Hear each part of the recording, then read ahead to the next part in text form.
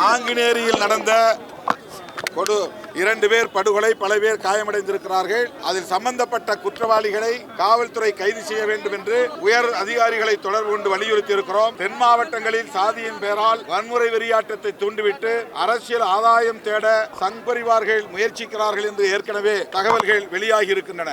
அதற்கு ஒத்திகையோ இந்த செயல் என்று எண்ண தோன்றுகிறது. எந்த பின்புலமும் எந்த பின்னணி காரணமும் இல்லாமல் 2 பேர், அதில் ஒருவர் தலித், ஒருவர் நாடார் வகுப்பை சார்ந்தவர் என்று சொல்லப்படுகிறது. பல பேர் 10க்கும் மேற்பட்டவர்கள் காயமடைந்திருக்கிறார்கள். எனவே இதன் பின்னணியை முழுமையாக ஆய்ந்தறிய வேண்டும். சம்பந்தப்பட்டவர்கள் யாராக இருந்தாலும் அவர்கள் மீது கடும் நடவடிக்கை எடுக்க வேண்டும் என்று வலியுறுத்துகிறோம்.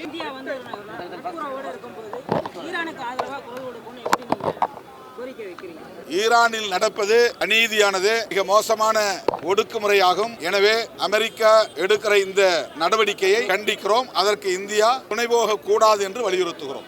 மார்க்சிஸ்ட் லெனினிஸ்ட் விடுதலை கட்சி மற்றும் விடுதலை சிறுத்தைகள் கட்சி ஆகியவற்றின் சார்பில் சென்னை, கோவை, மதுரை, நெல்லை, திருவாரூர் உள்ளிட்ட பல்வேறு இடங்களில் இந்த கண்டன ஆர்ப்பாட்டம் நடைபெற்றுக் கொண்டிருக்கிறது.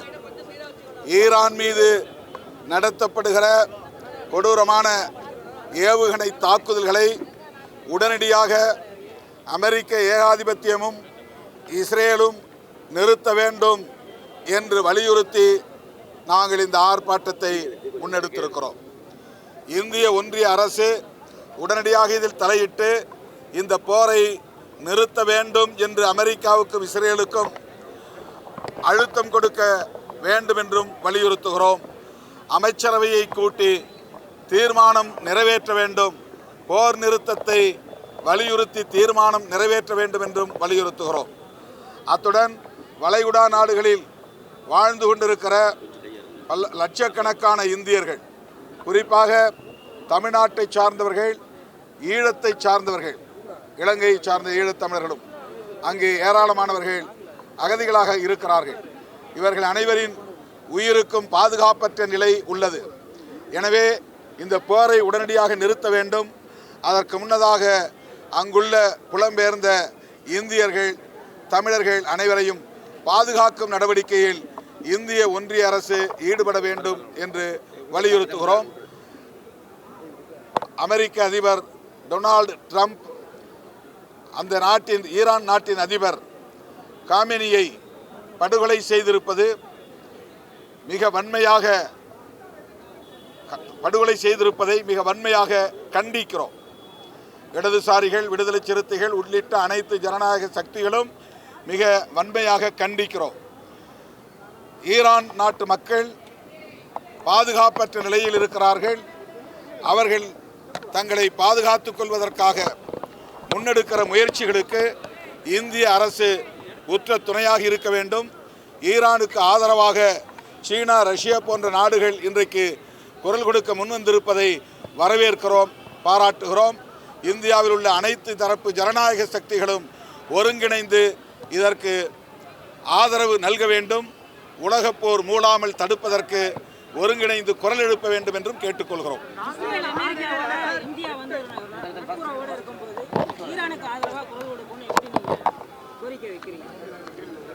ஈரானில் நடப்பது அநீதியானது, மிக மோசமான ஒடுக்குமுறையாகும். எனவே அமெரிக்கா எடுக்கிற இந்த நடவடிக்கையை கண்டிக்கிறோம். அதற்கு இந்தியா துணை போக கூடாது என்று வலியுறுத்துகிறோம். நாங்குநேரியில் நடந்த 2 பேர் படுகொலை, பல பேர் காயமடைந்திருக்கிறார்கள். அதில் சம்பந்தப்பட்ட குற்றவாளிகளை காவல்துறை கைது செய்ய வேண்டும் என்று உயர் அதிகாரிகளை தொடர்பு கொண்டு வலியுறுத்தி இருக்கிறோம். தென் மாவட்டங்களில் சாதியின் பெயரால் வன்முறை வெறியாட்டத்தை தூண்டிவிட்டு அரசியல் ஆதாயம் தேட சங் பரிவார்கள் முயற்சிக்கிறார்கள் என்று ஏற்கனவே தகவல்கள் வெளியாகி இருக்கின்றன. அதற்கு ஒத்திகையோ இந்த செயல் என்று எண்ண தோன்றுகிறது. எந்த பின்புலமும் எந்த பின்னணி காரணமும் இல்லாமல் 2 பேர், அதில் ஒருவர் தலித், ஒருவர் நாடார் வகுப்பை சார்ந்தவர் என்று சொல்லப்படுகிறது. பல பேர் 10க்கும் மேற்பட்டவர்கள் காயமடைந்திருக்கிறார்கள். எனவே இதன் பின்னணியை முழுமையாக ஆய்ந்தறிய வேண்டும். சம்பந்தப்பட்டவர்கள் யாராக இருந்தாலும் அவர்கள் மீது கடும் நடவடிக்கை எடுக்க வேண்டும் என்று வலியுறுத்துகிறோம். விடுதலை சிறுத்தைகள் கட்சிகளின் சார்பில் இன்றைய தினம் தமிழ்நாட்டில் ஏறத்தாழ 15க்கும் மேற்பட்ட இடங்களில் அமெரிக்க ஏகாதிபத்தியத்தையும் இஸ்ரேல் ஏகாதிபத்தியத்தையும் கண்டித்து பல்லாயிரக்கணக்கான தோழர்கள் கலந்து கொண்டு கண்டன ஆர்ப்பாட்டம் என்பது நடைபெற்றுக் கொண்டிருக்கிறது. அமெரிக்க ஏகாதிபத்தியமும் இஸ்ரேலும் சேர்ந்து கொண்டு ஈரான் மீது ஒரு கொடூரமான தாக்குதலை நடத்தி அப்பாவி பொதுமக்களும் குழந்தைகளும் அந்த நாட்டினுடைய அதிபருடைய குடும்பமும் அடியோடு கொல்லப்பட்டிருக்கிறார்கள். இது வன்மையான கண்டனத்துக்குரியது. இந்த இரண்டு ஏகாதிபத்தியங்களுக்கும் வன்மையான கண்டனத்தை, இந்திய மக்களுடைய கண்டனத்தை வெளிப்படுத்த வேண்டும் என்கிற முறையிலே தான் இந்த கண்டன ஆர்ப்பாட்டத்தை நாங்கள் நடத்தி கொண்டிருக்கிறோம். இதனுடைய விளைவாக பல்வேறு நாடுகளிலும் இன்றைக்கு யுத்தத்திலே இழுத்து விடப்பட்டிருக்கிறது. குறிப்பாக அமெரிக்க அதிபர் 2வது முறையாக அதிபராக வந்த இந்த 13 மாத காலத்தில் 7 நாடுகளின் மீது குண்டுகளை வீசி அப்பாவி மக்களை கொல்வதை வழக்கமாகவும் வாடிக்கையாகவும் வைத்துக் கொண்டிருக்கிறார். ஒரு அணிசேரா கொள்கையை கடைபிடிக்கக்கூடிய நாடு இந்தியா என்கிற முறையில் இந்திய அரசாங்கம் உடனடியாக தலையிட்டு ஒரு அமைதியை உருவாக்குவதற்கும் யுத்தத்தை நிறுத்துவதற்கும் தன்னுடைய செல்வாக்கை பயன்படுத்த வேண்டும் என்று நாங்கள் கேட்டுக்கொள்ள விரும்புகிறோம். யுத்தம் தொடர்ந்து நீடித்தால் கச்சா எண்ணெயினுடைய விலையும், அதன் விளைவாக பெட்ரோல் டீசலுடைய விலையும், அதன் விளைவாக எல்லா பொருட்களுடைய விலையும் கடுமையாக உயரும். அனைத்து உலகத்தில் இருக்கக்கூடிய அனைத்து நாடுகளுடைய மக்களும் கடுமையான பாதிப்புக்கு உள்ளாவார்கள். தென்னை மரத்தில் தேல் கொட்டினா பனை மரத்தில் நெறி கட்டுன்னு சொல்றது மாதிரி ஈரான் மீதும் வெனிசுலா மீது நடத்தப்பட்டிருக்கிற இந்த தாக்குதல் என்பது உலகம் முழுவதும் கடுமையான விளைவுகளை ஏற்படுத்தும் என்று நாங்கள் எச்சரிக்கை செய்ய விரும்புகிறோம். ஏற்கனவே நேற்று ஒரே நாளில் $8 ஒரு பீப்பாய் கச்சா எண்ணெய்க்கு விலை என்பது உயர்ந்திருக்கிறது. அடுத்தடுத்த நாட்களுக்குள் $100 ஒரு பீப்பாய் கச்சா எண்ணெய் உயர்ந்தால் ஆச்சரியப்பட வேண்டியதில்லை. அப்படி எரிபொருளுடைய விலை உயர்கிற போது கடுமையான விளைவுகளை பொதுமக்கள், சாதாரண மக்கள், இந்த யுத்தத்துக்கு சம்பந்தமில்லாத அப்பாவி மக்களும் குழந்தைகளும் பாதிக்கப்படுவார்கள். ஏராளமான உயிரிழப்புகள், பல்லாயிரக்கணக்கானோர் உடல் ஊனம் முறுவது என்கிற முறையில் நீண்டகால பாதிப்புகளை உருவாகும்.